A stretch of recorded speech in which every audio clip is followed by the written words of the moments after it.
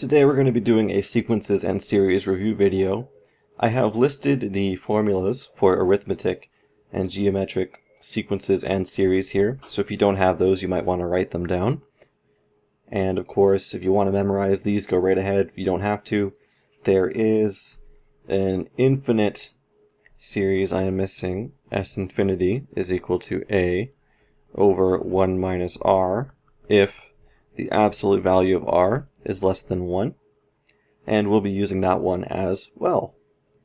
So we're going to get straight into 10 practice problems here.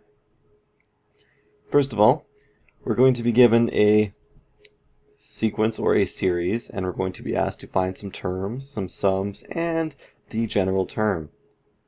So let's list everything we know here. Let's do it in a box over here.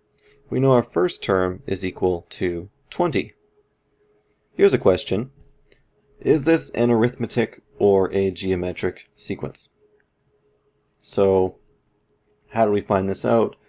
We check to see how do you get from the first number to the second number, how do you get from the second to the third, and we can kind of see intuitively that we just subtract 2 each time. So because we're doing an arithmetic series, we have a difference, d, which is going to be -2. So the difference between each one is going to be -2. And now we're going to solve some things here. So our 10th term, we have a formula for this. And if we take a look on the first page, it is a plus n minus 1 times d. So we have 20, our first term, and then we're going to add n minus 1, which is 10 minus 1 times the difference, which is -2.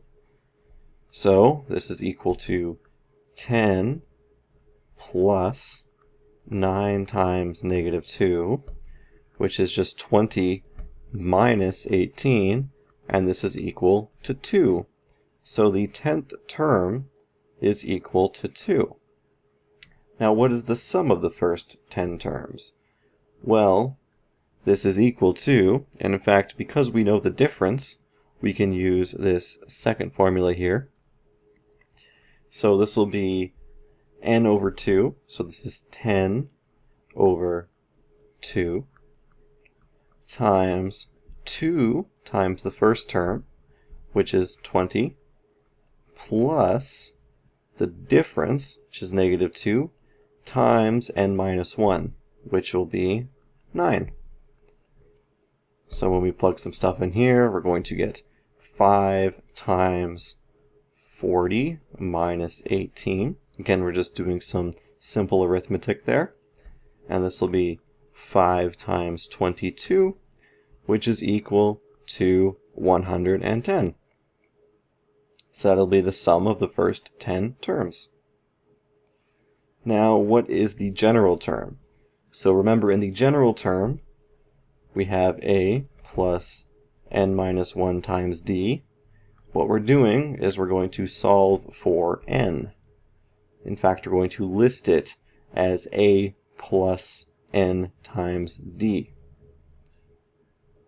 So let's do some solving here. We know a is 20. Then we're going to add n minus 1 times -2. So let's expand here. We have 20.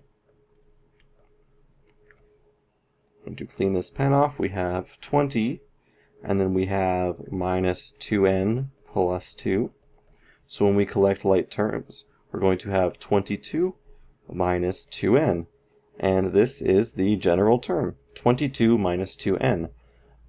If we want to check to make sure we get the right answer, we can check t1, because we know t1 is equal to 20.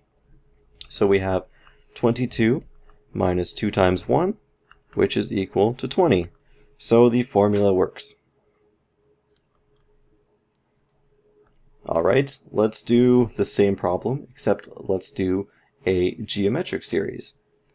So again, we'll list all of our information. We know a is equal to 20. We know our r is equal to 1/2, because we're dividing by 2 each time. And that is all we need. So t10, again, the formula for this is going to be a times r to the n minus 1.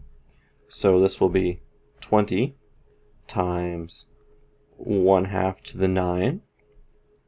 So this is going to be equal to 20 over 512, which is equal to 10 over 256 if we divide by 2 on top and bottom.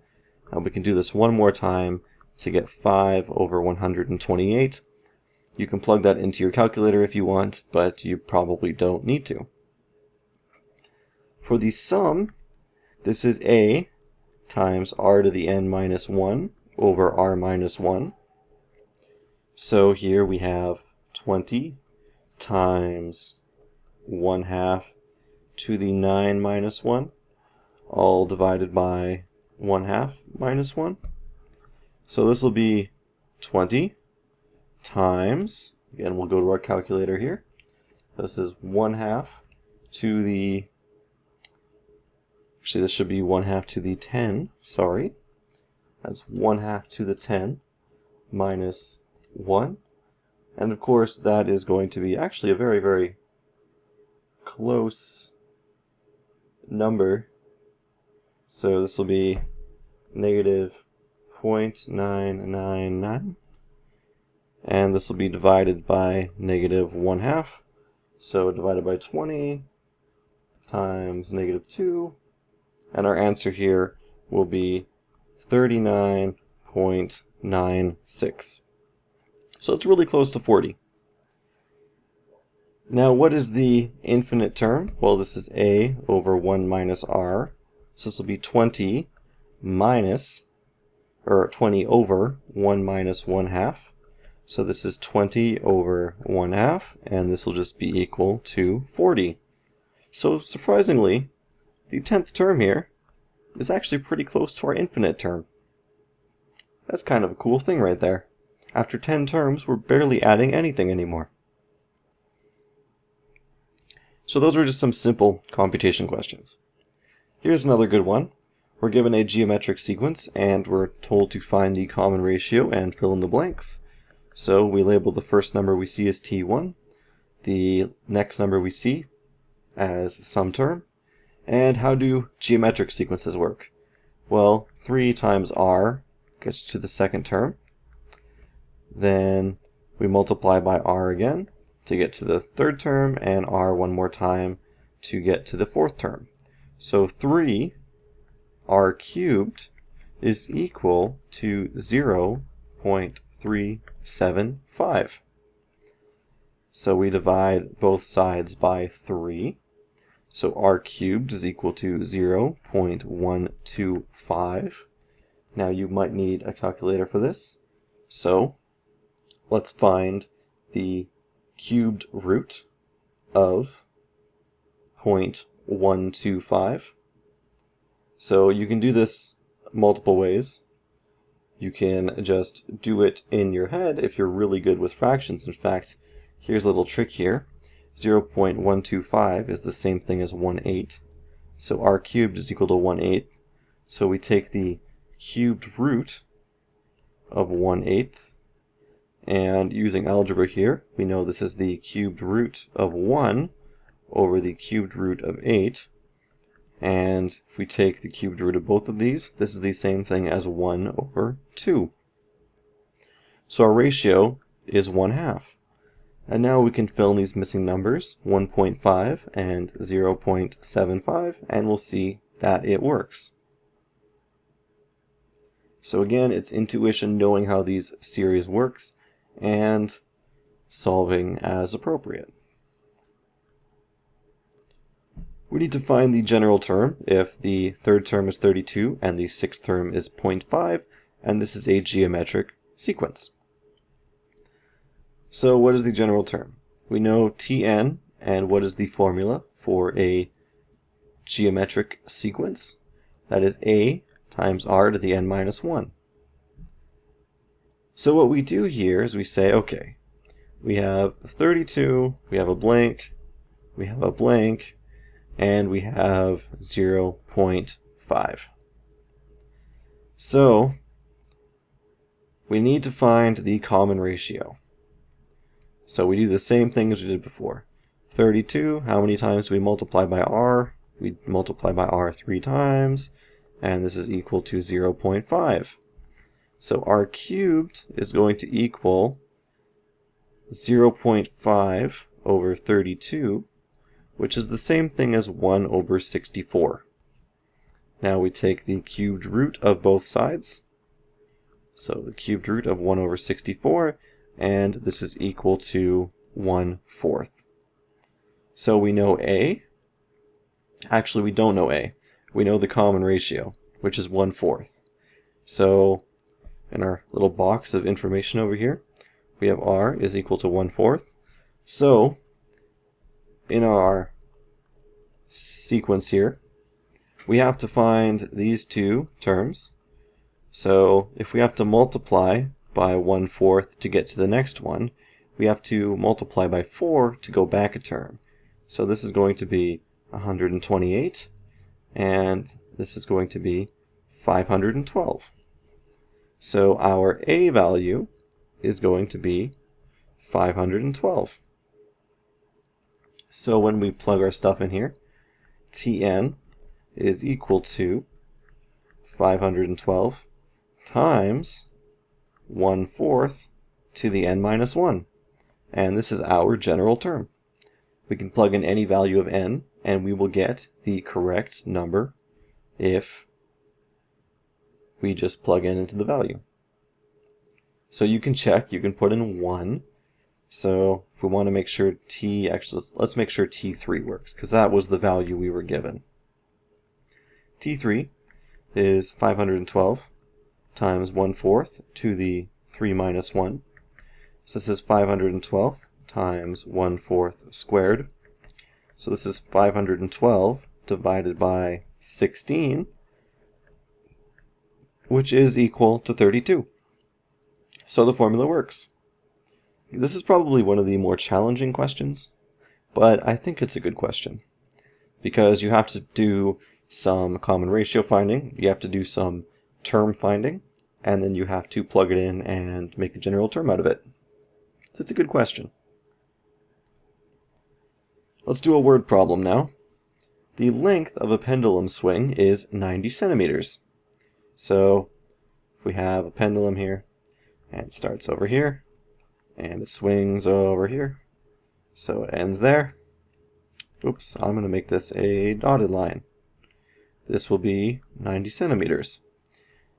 Now each swing, so on the way back, it decreases the length by 30%. So this will be 90 times 0.7 centimeters when we go back. And this will end right there. Then when we go back once more, we take our initial value and then we multiply it by 0.7 twice. So you can see that this is a geometric sequence here. So what's the question? The question is, if the swing continues forever, how far will it swing? So we're looking for S infinity. So it's equal to A over 1 minus R. What is R? Well, if it loses 30% each time, that means it keeps 0.70. It keeps 70%. And we know that the first is 90 centimeters. So we can just plug some stuff in here. So we know this is 90 over 1 minus 0.7. So this is 90 over 0.3. So when we do some division here, we get that 90 divided by 0.3 is just going to be 300 centimeters. So that is the total swing of the pendulum. In fact, the picture here was almost not even necessary. But that's kind of what was going on. So if it said, how far will it swing after a total of 9 swings, you could just plug in the S9 formula and solve for that. So again, a simple word problem. Check out the word forever. We have the word forever here. This means an infinite. In fact, forever is the word that they like to use in Precalculus 11 as opposed to infinite. And how far will it swing? Well, that's a series question. That's a sum question. The key really is to notice that decreases the length by 30% really means keeping 70% of the swing. Here's a good question. Is the series divergent or convergent? It's a quick ratio test. We just check the ratio. So we have the first term, or the second term, divided by the first term. Now we have to use an old division trick. When you divide by a fraction, you simply multiply by the reciprocal. So this is negative 4 over 9 times 3 over 1. So this is negative 12 over 9, which is negative 4 thirds. And the absolute value of negative 4 thirds is equal to 4 thirds, and this is greater than 1. Therefore, it is going to be divergent, since the common ratio has to be less than 1. The absolute value of the common ratio has to be less than 1. So this series diverges. In fact, we can see that these numbers are getting bigger as it goes on. And because the numbers are getting bigger in size, that means it's going to be divergent. Again, divergent means that it goes to infinity or it goes to negative infinity.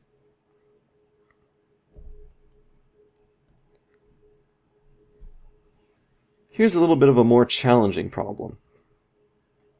And it's only challenging because we deal with this variable x, and we don't normally do questions with this. So that's why it's going to appear challenging. We have a series 1 plus 3x plus 9x squared, and it has a sum of 4. What is the value of x? Well, here's what we have to do. We take a look here and we say, okay, what is the ratio? The ratio is going to be the second term over the first, and it's going to be 3x. So we have a ratio with a variable. Now we have s of 4, or sorry, this is an infinite sum. So the infinite sum is going to equal 4. And this is a over 1 minus r. So here's the thing. We know that r, this 3x, has to be less than 1. Which means that x has to be less than 1/3. Now why is this? This is because the infinite sum is equal to 4. So if the infinite sum is equal to some number, we know that the ratio has to be less than 1. So 3x has to be less than 1. This is the absolute value of 3x has to be less than 1. So x also has to be less than 1/3 if we divide both sides by 3. So our a is equal to 1. We have 1 minus the ratio. We're not going to plug 3x in there yet. And this is going to equal to 4. So with some algebra, we have 4 times 1 minus r is equal to 1. So 4 minus 4r is equal to 1. Negative 4r, we're going to take 4 away from both sides, is going to equal negative 3. So r is going to be negative 3 over negative 4, which is the same thing as 3 over 4. So r is 3 over 4. So this means that if r is equal to 3x, and r is equal to 3 over 4, that means that 3 over 4 is equal to 3 times x. So what we can do is we can multiply both sides by 4, so we get 3 is equal to 12x, and then we can divide by 12. So 3 over 12 is equal to x, which is equal to 1/4. So that would be what x is equal to. Now we're not done yet. We have to list the first 4 terms. So What are the first four terms? We don't even need x for this. We know it starts with 1. We know the common ratio is 3/4, so we have 1, 3/4, 9/16, and 27/64. If we plug x is equal to 1/4 into this equation, we will find that we get the exact same answer. So that was a little bit of a tricky one. I suggest if you didn't follow that to watch this question one more time and write it out yourself. Make sure you're going from each step to each step and understand why I wrote what I did on each step. I can tell you some things, but you still have to make those connections in your brain for a question like this. So think about it. If I'm explaining it to one way and you don't understand that way, you can leave a comment below and I'll clarify, or you can play around with it yourself and see if you can figure out your own reason why. Here's a different question. Here's a question I've never given you before. Which graph might represent an arithmetic sequence? This is a very good question, because this is testing your understanding of how arithmetic sequences work. So, what is an arithmetic sequence? It is a sequence that starts and you have to add or subtract some number. So you add a number or you subtract a number. So what this means is that the change is always the same. So, with just this information here, we know that this second graph cannot be an arithmetic sequence because we have this huge change and then we have a small change and then for some reason we have a negative change, but the changes are different here. Now what about the first graph? Well, we have sort of a nice change, and then we have a big change, and then we have another change, and then another one, but we can see that the direction of the arrows is changing. So it's not a straight line, because we should have a straight line from the first to the last one, and all the points should be on that line. If it's an arithmetic sequence, it should be linear. So the first graph is not right because some of these points are not on the line. So this means that this last graph here, oops, I just completely erased it. This last graph here is going to be a graph of an arithmetic sequence. Why? Because it is linear. In fact, this is just the sequence. If this is the number 10, this is 10, 10, 10, 10. That just goes on. And we add 0, add 0, add 0, add 0, and that's an arithmetic sequence. So, kind of a trick question, kind of not. Question 10. I like these ones. These are nice pattern questions. So we have T1 is equal to that shape. T2 is equal to some other shape. In fact, we seem to just be adding 4 squares in this one. And here's the question, how many squares will be in T15? So we're asked for squares. So T1 has, let's see, that's 5 squares. T2 has the original 5, and then we added 4 squares, so this will be 9. So we can guess that the sequence here is going to be 5, 9, 13, 17, 21, so on and so forth. So it's a picture, but it really is just a simple sequence here. So this is going to be our A. Our difference is going to be plus 4. So T15 is going to be A plus n minus 1 times D. So this is going to be 5. 15 minus 1 is 14 times D, which is 4. So this is 5 plus 56.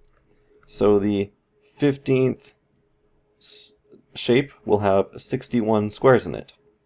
And again, it's just a simple pattern picture, but we're extracting information and we're just turning it into a nice list that we can work with.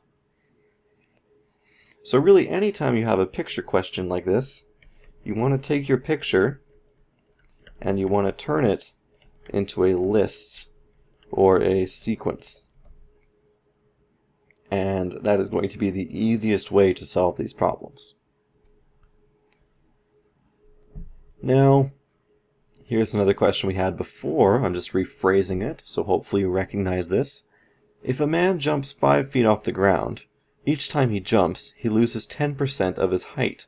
If he jumps forever, what distance has he traveled vertically? So, we have a man on the ground, and he jumps up, and he goes 5 feet here, and then he goes 5 feet down. And then he loses 10% of his height. So his next jump, he's only going to go 90% as high. And he's going to keep doing that forever. So we're looking at S infinity here.